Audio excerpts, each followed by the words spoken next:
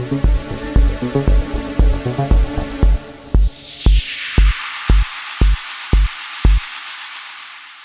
you so much, everybody. Team, that was amazing. The information that's coming at us is getting faster and more regular. I mean, it's overwhelming sometimes. And I just want to say to everybody here and all of our followers out there, so just remember to keep your own health important, up high on the list. Go for a walk on the beach, walk on the grass, walk in a park. Try and get yourselves away from the television, away from the news that's bombarding us with all this evil. It's coming down on us fast and furiously, and it's affecting people. It's affecting your mental health, your physical health, your relationships, your everyday work. You know, try and keep above it all by keeping your whole being safe, and you're the only one that can do that, all right? So just remember that. You are number one, and we need everybody to be their best number one. So just before I start, I just want to mention, now Anne, our beautiful camera person here, our media magnate, she sent me some questions, and we're always telling people to ask the questions. Ask what, ask how, when, why, who. Ask these questions on everything you're listening to. All right? Don't believe us. We have to ask the questions ourselves, and sometimes we find we're being led up the garden path, and other times we're down a rabbit hole. So, you know, you have to ask the questions, and Anne's brought these to my attention, and following up on what Teen was saying with the government and the budget and laws that they're passing, I'd like to read Anne's questions. Just think about this. Why does our government pass lots of laws in the early hours of the morning with no debate and nobody there to even ask the questions? Laws that most of the citizens of this country would never agree to. And a lot of our politicians that should be in the parliament when these laws are passed would never agree to. You've all seen it happening, and it's continuing to happen. Next question, what gives a few people the power to rule over us instead of working for us? That's what the government's supposed to be doing. They're supposed to be working for the people. They are not. They're working for elite globalists. They're their puppet masters, and they're telling them what to do, and that's what's coming down on us fast and furious. The orders from the globalist elites are coming down on us via our governments. Every level of government. And the last question Anne has is, government is supposed to support its people and make life safe, secure and abundant. When is this going to start? So good questions, Anne, and you know, people, you've got a lot of questions yourself. Just a reminder of ask the questions. It's so important. So this week I'd like to talk about a woman in Australia, Sal Grover. She's been fighting for a couple of years through the court now. A few years actually, and Sal started an app for women and girls called Giggles for Girls, right, some time ago, and she started it to give a safe space for women and girls. So a transgender man who's by the name of Tickle. So many things flash into my mind just with the name, but I'm not saying anything. A biological male. She removed him from her app. She would not let him on her app because he was a biological male.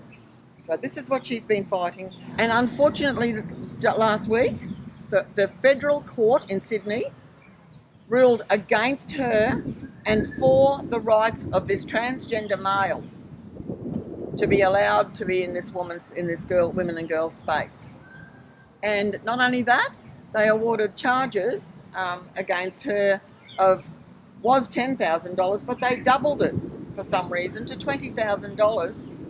Plus she has to pay some of the fees of the Tickle, the transgender male. The case is called Giggle versus Tickle. Giggle versus Tickle. You will never forget that. She really just fought for this to uphold women's and girls' rights. So what the court decided, they didn't rule on the moral side of this or the principles of this. They awarded it on the law. The law under the Sex Discrimination Act has words in it put in there by Julia Gillard in 2013 mentioning gender identity instead of male and female. So this is what's caused this judge, these three judges actually, to rule against this woman who's trying to uphold the rights of girls and women. Right? We fought for many years to be recognised as women in our own right, and look, most of our males agree. They support that. My husband, he's a father and grandfather, refuses to let our girls go into a gender neutral toilet or washroom or anything. Why should our girls be going into sports when they have a biologically stronger person pretending to be a woman or identifying as a woman, whatever you want to call it, playing against them? It is so wrong. We all know that.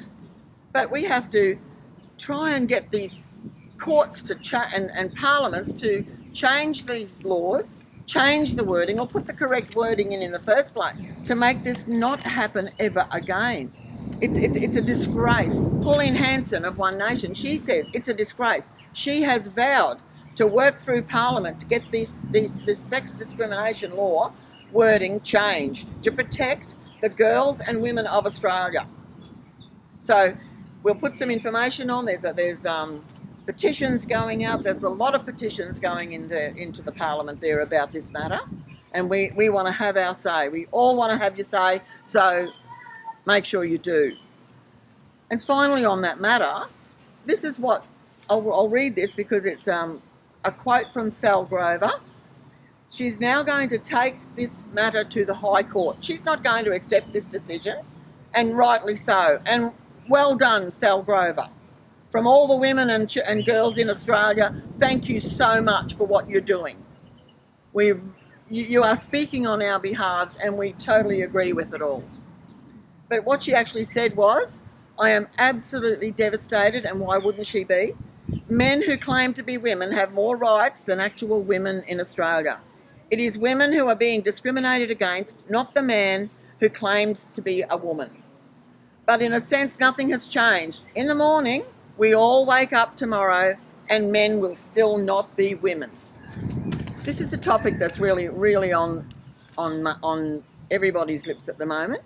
Magic, Disney Magic, 100 Years of Magic. As a show to Mackay on the 24th of December this year. It's starting at the Mac, and it's going to run for 5 months.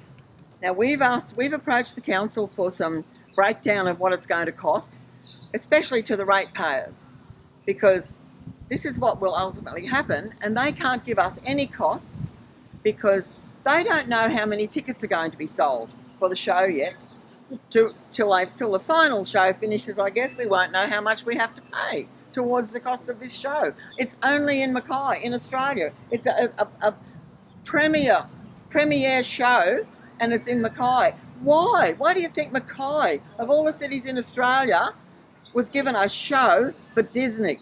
Recently in the news, the Disney Magic cruise ship over in international waters, of course, they're not here yet. Authorities boarded a few ships. 28 people were charged with having child exploitation, sexual exploitation material on their beings. 28 staff, 10 of which were on the Disney Magic cruise ship. 10 with child sexual exploitation material. Now, of course, we're told they've been sacked. We don't even know if it's true. We don't even know if they have been sacked. We don't know the full story because we're not ever told the truth. We have to ask questions. We have to find out for ourselves. So we want to know more. We will be looking at this very closely, because while this all happened and nobody heard about it, 23rd to the 28th of April or something like that, at the same time, a hunter virus was found on another cruise ship, right? And we've seen this play We've seen this playbook before, right? And a virus that's going to kill people, it comes from rats, it's passed by rats, has been found on a cruise ship somewhere in the ocean, right? We've seen the footage. We've seen the footage where people are all masked up and somebody's standing at the rail with no mask on at all. We want to know the questions, but my question is, and this is only my opinion, and I beg and plead with you to go and look into it yourself, because it's our children, our grandchildren, future generations that we have to fight for. We have to make the stand on this pedophilia rubbish that is going, the evil that's being perpetrated on our children and ourselves, So look into this, but was it real or staged? Was this Hunter virus real?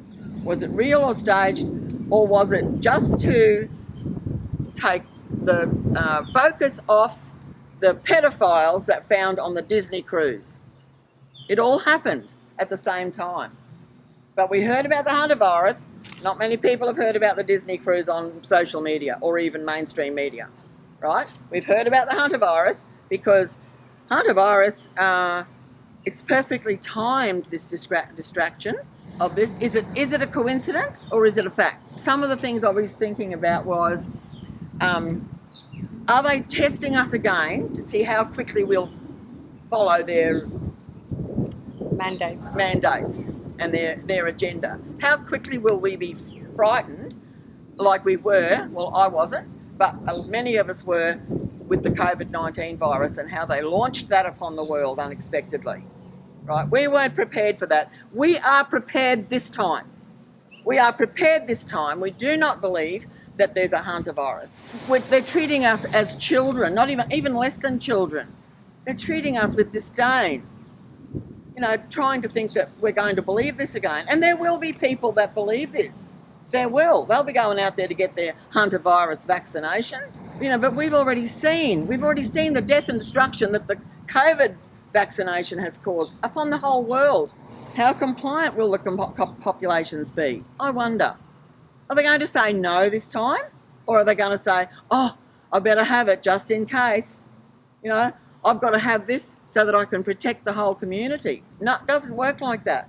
You have a vaccination to protect yourself. You don't do anything for anybody else with it. How effective is the media narrative control going to be? That'll be interesting. They've already started it. All over the world, the media is saying the same narrative like they did with the COVID vaccine. They're reading off a script. And they are scripted because they're all owned by the World Economic Forum and the globalist elites that are pushing this Agenda 2030. Look into it. Don't believe us. Ask questions. Go and do your research, because this is going to happen again. And we want to know too, I'm interested to see how fast the international bloody response to this is going to be. It's going to be very interesting. So, was this Hunter virus intentionally released? Was it deliberately introduced to the index patient